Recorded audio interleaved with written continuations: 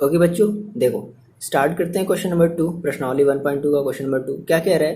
पूर्णांकों के निम्नलिखित युग्मों के महत्तम समापवर्तक और लघुत्तम समापवर्तक ज्ञात कीजिए तथा इसकी जांच कीजिए कि दो संख्याओं का गुणनफल बराबर महत्तम समापवर्तक गुणे लघुत्तम समापवर्तक। तो इस क्वेश्चन को सॉल्व करने से पहले आप एक चीज़ समझो। एक चीज़ आपको हम बताना भूल गए थे आपके वो इंट्रोडक्शन वाले वीडियो में। देखो क्या होता है, माना कि आपके पास कोई दो नंबर है, ए है और बी है। बात समझना, आपके पास समझ लो, बहुत ही छोटी सी चीज़ है, फॉर्मूला है ना। आपके पास कोई दो नंबर ए और बी है, तो आप क्या देखोगे, आपने पहले क्या किया, आपने इन दोनों का मासा निकाला। ए और बी का हमने क्या निकाला, हमने निकाला ए और बी का हमने क्या निकाला, मासा निकाला, ठीक है ना, महत्तम समापवर्तक निकाला।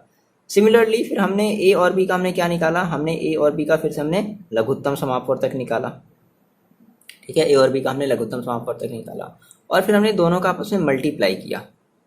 आता रही समझ में, हमने मासा निकाला है ना, हमने फिर लघुत्तम समापवर्तक निकाला और हमने दोनों का आपस में गुणा किया।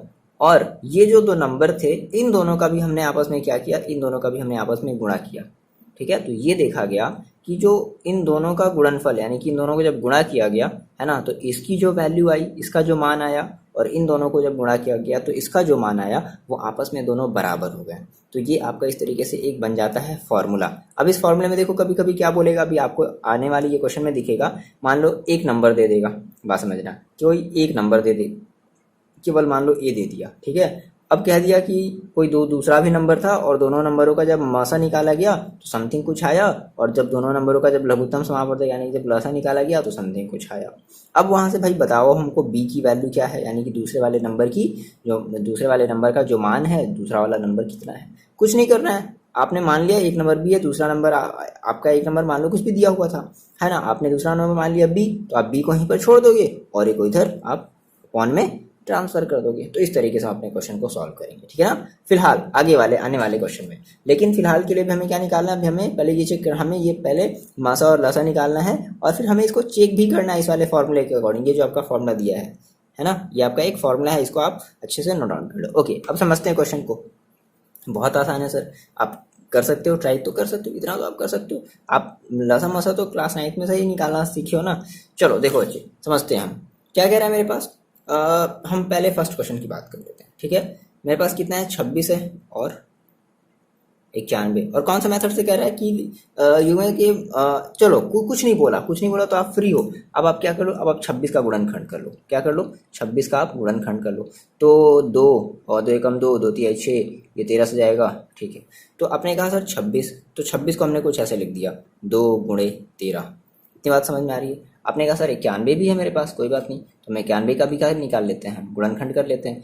तो अब ये 91 बेसिकली आपका किससे जाएगा, तो जो आपका 91 है वो लगभग देखो आप जैसे डायरेक्टली आप अगर आपको अगर 13 का पहाड़ा याद है तो आप कहते हैं ना 13 सत्ते 91, है ना, यानी कि 7 से भी जा सकते थे। चलो आपने कहा सर हमें 13 याद है, कोई बात नहीं, कोई दिक्कत नहीं है, ठीक है ना, 13 सत्ते 91, ठीक है। अभी किसे जाएगा, 7 से जाएगा, ठीक है। तो पहले 7 को लिख लेते हैं, कोई प्रॉब्लम है क्या, अगर हम कहें 13 गुणे 7, हम कहें 7 गुणे 13, तो कोई दिक्कत है क्या, नहीं दी होनी चाहिए ना। तो आपने कहा सर मेरे पास जो 91 था, 91 को मैंने कुछ ऐसे लिख लिया 7 गुणे 13। अब सर आपने कहा क्या निकालना है, सर मैंने कहा मासा निकालना है, तो मासा निकाल लो। मासा में देखो आप क्या करते थे, आप क्या बताते थे, आप ये कहते थे कि सर जो दो कॉमन जो होता है, जो दोनों में उभयनिष्ठ होता है मासा के लिए, हम केवल उसी को लेते हैं। तो दोनों में उभयनिष्ठ क्या है, 13 है, तो ये आपका हो गया मासा। आपने कहा सर हमें लसा भी निकालना है, लघुत्तम समापवर्तक भी निकालना है, ठीक है सर, लघुत्तम समापवर्तक भी निकाल लेते हैं। अब देखो तो 26, हम ये लघुत्तम समापवर्तक किसका निकाल रहे हैं, 26 और 91 का। हमें महत्तम समापवर्तक किसका निकाल रहे हैं, 26 और 91 का। आ रही बात समझ में। तो इसका आपका जो लघुत्तम समापवर्तक हो जाएगा, तो लघुत्तम समापवर्तक में आप क्या कहते हो सर, कि यहाँ पर देखो 2 है ना, लेकिन यहाँ पर कहीं 2 नहीं है, लेकिन फिर भी हम इस 2 को लेते हैं। यहाँ पर 13 है और यहाँ पर, तो ये दोनों तो भाई एक बार हमारे हो गए कॉमन, ठीक। फिर आपने कहा सर यहाँ पर 7 है, लेकिन यहाँ पर 7 नहीं है, कोई बात नहीं, हम फिर भी 7 को लेंगे। आ रही बात समझ में, ठीक है। और फिर आपको अब क्या करना पड़ेगा, सेम वही काम, 13 दूना 26 हो गया, और 26 में आप 7 का क्या कर दो, गुणा कर दो, ठीक है। 26 में आप 7 का गुणा कर दो तो कितना हो जाएगा, ये हो जाएगा आपका 7 7 छक 42, 2 और 7 दूना 14, 4 18, 182। कितना आ गया सर, ये आ गया आपका 188, ठीक है, सॉरी 182। ओके, इतनी बातें समझ में आ रही हैं, ठीक है ना। अब इतना तो आप काम गुणा जोड़ घटाना भाग ये सब आप करोगे, ठीक है। तो आपने कहा सर ठीक है, मैंने मसा निकाल लिया और मैंने लसा निकाल लिया। अब क्या बोल रहा है, अब ये बोला है कि नहीं आपको चेक भी करना है कि आपने ये जो लसा निकाला है, आपने ये जो मसा निकाला है वो सही है कि नहीं। चलो, तो आपने कहा सर क्या हमें हमें कैसे चेक करना है, तो हम क्या जानते हैं, चूंकि संख्याओं का गुणनफल, ये फॉर्मूला अप्लाई करोगे ना, संख्याओं का गुणनफल बराबर क्या हो जाएगा, संख्याओं का गुणनफल बराबर क्या हो जाएगा, संख्याओं का लसा और संख्याओं का मसा, ठीक है ना। यानी कि हो जाएगा महत्तम समापवर्तक गुणे लघुत्तम समापवर्तक, ठीक है। चलो सर, तो अब हम क्या कर लें, ऐसा करते हैं कि हम पहले संख्याओं का गुणनफल ले लेते हैं, है ना। तो देखो, संख्याओं का गुणनफल, पहले हम ये संख्याओं का गुणनफल निकालें। तो मेरे पास क्या है, मेरे पास है 26 है और मेरे पास है गुणे 91, ठीक है। अब आपको क्या करना पड़ेगा, 26 और 91 का गुणा करना पड़ेगा। चलो सर यहाँ पे करते हैं। अब ये सब चीज़ें आप करो, ठीक है। अब ये सब गुणा भाग कितना होगा, 6 2 कितना हो जाएगा, 9 6 54, 4 9 2 18 और 5 कितना हो गया आपका 23, ओके। तो 6 4 2 6 3 2 कितना आ गया, 2366, ठीक है, 2366 आया। तो आपने कहा कि सर इसका मेरा जो गुणनखंड आया है वो कितना आया है, 2366 आया। अब हम क्या निकाल ले, एक बार हम फिर मौसा गुणे लसा देख लेते हैं, मौसा गुणे लसा, है ना, ये देख लेते हैं। तो इसकी सर वैल्यू रख देते हैं। अब मौसा मेरा सर कितना है, मौसा है मेरा 13 गुणे लसा सर मेरा कितना है 182, ठीक है। और आप फिर से इसका क्या कर दो, गुणा कर दो, ठीक है। ओके, तो डायरेक्टली गुणा कर सकते हैं। आपको अगर 13 का पहाड़ा याद है तो आप क्या कर दो, 13 दूना 26, 6 और 26 65 78 63 91 63 104 और 104 और 2 कितना हो गया 106, ठीक है। तो 6 106 का आप 6 लिखोगे, हाथ में कितना है 10 आया, 13 कम 13 और 13 10 कितना हो गया 23, ओके। आ रही बातें समझ में, दिख रहा है ना ये चीज़ आपको। तो कितना हो गया 2366, है ना, 2366। और देखो इसमें भी कितना है 2366, यानी कि आप ये कह सकते हो क्या कि अतः हमारा जो लसा है और जो मज़ा है वो कितना आ रहा है, दोनों का जो है वो बराबर आ रहे हैं। तो हम कह सकते हैं कि हाँ ये हमारा क्या हो गया, प्रूफ हो गया। तो इस तरीके से आप बताओगे ना, मतलब, या फिर डायरेक्टली ऐसे मत करो, डायरेक्टली देखो ऐसे भी कर सकते हो, हटाओ इसको, इतनी चीज़ें कॉम्प्लेक्स इतना नहीं बनाते हैं। डायरेक्टली हम संख्याओं का गुणनफल, तो संख्याओं का मेरा गुणनफल कितना हो जाएगा 26 गुणे 91 इज इक्वल टू मसा मेरा कितना है, मसा है 13 गुणे लघुत्तम समापवर्तक कितना है 182, ठीक है ना। आपने इसका मल्टीप्लाई किया था, कितना आया था 2366 और आपने इधर भी मल्टीप्लाई किया था, कितना आया था 2366। बस ये आपका हो गया, है ना, ये आपका हो गया, सिद्ध हो गया, जांच हो गया, है ना। आंसर की हमने चेकिंग भी कर ली कि हाँ हमारा आंसर जो है वो सही है। तो इस तरीके से आपको करना है। आ रही मेरी बातें समझ में। चलो क्वेश्चन नंबर करते हैं सेकेंड। ओके सर, तो सेकेंड क्वेश्चन करते हैं। सेकेंड मेरे पास क्या है, सेकेंड है मेरे पास 510 और 92। कोई बात नहीं, आप वीडियो पॉज करो और ट्राई करो। चलो, आपने कहा सर 510, तो पहले सबसे पहले हम क्या कर लें, हम 510 का गुणनखंड कर लें। कितने बार में जाएगा, 2 बार में जाएगा, तो 2 दूना 4 और 2 25 10 और ये हो जाएगा 2 25 10 255। फिर से अभी कितने बार में जाएगा, ये जाएगा आपका 5 बार में, 5 से जाएगा, ठीक है ना, 5 25 25, 5 से कम 5। अब ये जो 51 है, अब ये सर 51 किसे जाएगा, ओके। तो 51 ये 3 से चला जाएगा क्या, 3 3, ओके 3 से चला जाएगा। तो 3 एकम 3 और ये हो गया आपका 3 सत्ते 21 17। अभी सर 17 किसे जाएगा, तो 17 तो खुद ही 17 से जाएगा, ठीक है। तो इस तरीके से आपका ये आ गया यहाँ पे 1। तो आपने कहा सर मेरे पास 510 है, कोई बात नहीं, 510 को हम कुछ ऐसा लिख सकते हैं, 2 गुणे 5 गुणे 3 गुणे 17, कोई दिक्कत नहीं, 5 3 इधर उधर कुछ आप कर सकते हो। चलो, आपने कहा सर 92 है मेरे पास, तो 92 को भी सर हम निकाल लें, है ना। 92 है सर मेरे पास, देखो अब इसका भी वही कर लो आप, क्या आप ये बेसिकली किससे जाएगा, 2 से जाएगा। तो क्योंकि लास्ट में 2 है तो हमेशा 2 से तो जाएगा ही, 2 से भागो अगर लास्ट में 2 है तो कितना जाएगा, 2 चौका 8 और 1 बचा, 2 छक 12, ठीक है। अब आपके पास कितना हो गया 46, 46 है, फिर से 2 से जाएगा तो कितना हो जाएगा, 2 दूना 4 और ये हो जाएगा 2 तिहाई 6। 23 23 खुद ही हमारी अभाज्य संख्या है, तो 23 अब किससे जाएगा, 23 खुद ही 23 से जाएगा, कितनी बार में, एक बार में। तो आपने सर 92 को क्या कहा, 92 को सर हम कुछ ऐसे लिख दे, 2 गुणे 2 गुणे 23, ठीक। अब आप कह रहे हो कि सर कि हमें इसका क्या निकालना है सर? हमें इसका निकालना है लघुत्तम समापवर्तक और महत्तम समापवर्तक। ओके, तो सबसे पहले हम निकालते हैं इसका क्या, सबसे पहले हम निकालते हैं महत्तम समापवर्तक। तो देखो कुछ ऐसा लिखेंगे, थोड़ा सा स्टेटमेंट आप बनाओगे, क्या लिखेंगे, अतः 510 का 510 और ये ऐसे थोड़ा सा लिखना पड़ेगा ना, 510 और 92 का महत्तम समापवर्तक बराबर। तो महत्तम आप सर क्या कहते थे कि जो जो कॉमन होता है, जो उभयनिष्ठ होता है, हम केवल उसी को लेते हैं। तो उभयनिष्ठ देखो, दो दो है ना, तो ये आपका हो गया, ये पूरा का पूरा हो गया। 5 है क्या यहाँ पर 5 नहीं लेंगे। 3 है यहाँ पर, 3 यहाँ पर नहीं है, नहीं लेंगे। 17 यहाँ पर है, 17 यहाँ पर है, नहीं है, तो नहीं लेंगे। ठीक है ना। तो यानी कि हमारा जो 510 और 92 का जो मासा है, यानी कि जो महत्तम समापवर्तक है, वो कितना है, वो है मेरे पास 2, है ना।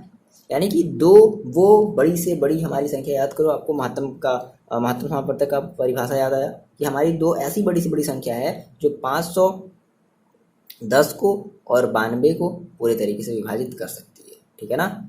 ओके सर, अच्छा जी, इतनी बातें आपको समझ में आ गई।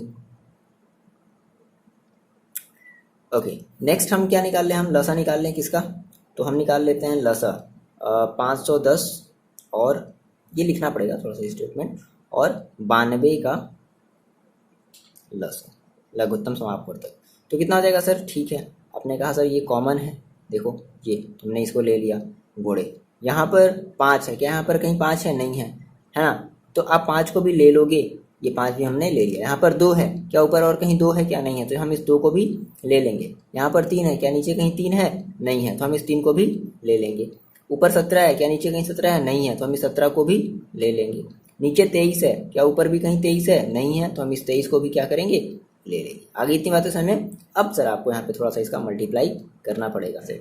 देखो ये हो गया 5 दूना 10, ठीक है ना, 10 दूना हो गया 20, बात समझना, 20 तिहाई हो गया 60, ठीक है ना। अब 60 में और 17 का, 60 का मतलब 6 ले लिया और 17, तो 17 छक्का कितना होता है, 102। अब पहाड़ा तो आपको याद होना चाहिए ना, ठीक है, 17 छक्का 102 और तो 102, ओके 102, और 60 का एक आपके पास एक जीरो भी तो था, यानी कि कितना हो गया 1020, 1020। अब आप क्या करोगे, 1020 का आप फिर से आप इस 23 में क्या कर दोगे, गुणा कर दोगे, ठीक है, 23 में आप गुणा कर दोगे, तो गुणा करके देख लो, 0 3 दूना 6 और 0 3 एकम 3, फिर 0 2 दूना 4, फिर 0 2 एकम 2, कितना आ गया, ये आपका आ गया 0 6 4 3 2, कितना आ गया 23,460। मैंने आपसे क्या कहा, ठीक है, 23,460, ठीक है। अब चाहे जैसे कर लो, है ना, मतलब सिंपल, देखो थोड़ा सिंपल बना लो। अब देखो बच्चे क्या है कि थोड़ा सा इस तरीके से करते थे पहले, नहीं तो मतलब जो जहाँ से सिंपल बने बच्चे उस तरीके से थोड़ा सा करो, ठीक है ना। चलो तो कितना आ गया सर, 23,460 आ गया। ओके, इतनी बातें आ रही समझ में। आपने मासा निकाल लिया, आपने लसा निकाल लिया, अब आपको सर करना है चेक। ओके सर, अब आपको क्या करना है, अब आपको करना है चेक। तो चेक करने के लिए हम पहले क्या निकाल लें, तो हम निकाल लेते हैं मासा गुणे लसा निकाल लेते हैं। आरी बात में क्या, हमें क्या करना है, अब हमें सत्यापन करना है ना।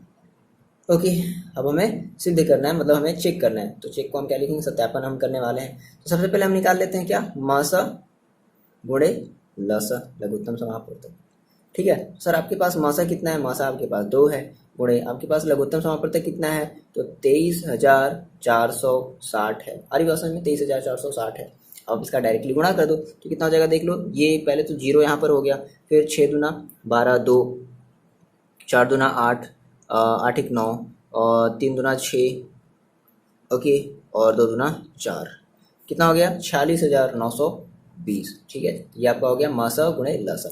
अब आप क्या निकाल लो, संख्याओं का गुणनफल निकाल लें हम, है ना, मतलब कि 500 मेरे पास क्या है, 510 है और 92 है, तो हम क्या कर ले, तथा 510 और 92 का गुणनफल। ओके सर, तो 510 और 92 का गुणनफल, तो यहाँ पे हम थोड़ा सा गुणा कर लें क्या, 510 और मेरे पास है 92, चलो 0 को फिलहाल अभी छोड़ देते हैं, 0 को हम लास्ट में लगा देंगे, है ना। मतलब मेरे पास 51 है, मेरे पास 2 चीज़ें हैं, 92 है और मेरे पास है 51, है ना। 0 हम लास्ट में लगा लेंगे, कितना हो जाएगा आपका ये 2 और ये 9, 5 दूना 10, 0 और 5 9 45 1 46, ठीक है, कितना हो गया 2 9 6 4 और एक जीरो आपने लगा दिया, कितना आ गया 46,920 है ना, कितना आ गया, यानी कि 510 गुणे 92 इज इक्वल टू कितना आ गया 46,920। ये आपका हो गया आपका आंसर। ओके, तो आप ये देख रहे हो कि मेरा सर जो मासा गुणे लसा है ना, उसकी वैल्यू 46,920 है, और जो दो संख्याओं का मेरा जो गुणनफल है उसकी भी वैल्यू 46,920 है। तो इस तरीके से हमारा जो है वो आंसर का क्या हो गया, चेकिंग हो गया। तो हम कह सकते हैं कि अतः क्या कह सकते हैं, अतः हम ये कह सकते हैं कि संख्याओं का गुणनफल, अतः संख्याओं का गुणनफल बराबर मासा गुणे लसा। ठीक है, तो ये आपका हो गया। इस तरीके से आपने अपने आंसर की चेकिंग भी, आपने अपने आंसर का सत्यापन भी कर लिया। ठीक है, अब आप क्या थर्ड वाला ट्राई करोगे, ट्राई कर लोगे पक्का? चलो कमेंट करके बता दो कि हाँ सर मैंने थर्ड वाला ट्राई कर लिया है। ओके, बहुत आसान है, चलो कर लोगे ना, पक्का कमेंट करके बता देना कि सर हाँ मैंने ट्राई कर लिया। और अभी जस्ट तुरंत अभी ट्राई करना है, ऐसा नहीं कि बनेगी सर अब तो बाद में लगाएंगे, ऐसा नहीं करना, ठीक है ना। आप अभी तुरंत ट्राई करो और आंसर चेक करो, और मेरे को आप कमेंट करके बता दो कि हाँ सर मैंने आंसर चेक किया और मेरा आंसर आ गया है। ओके, चलो मिलते हैं बच्चे नेक्स्ट क्वेश्चन में, क्वेश्चन नंबर 3 में।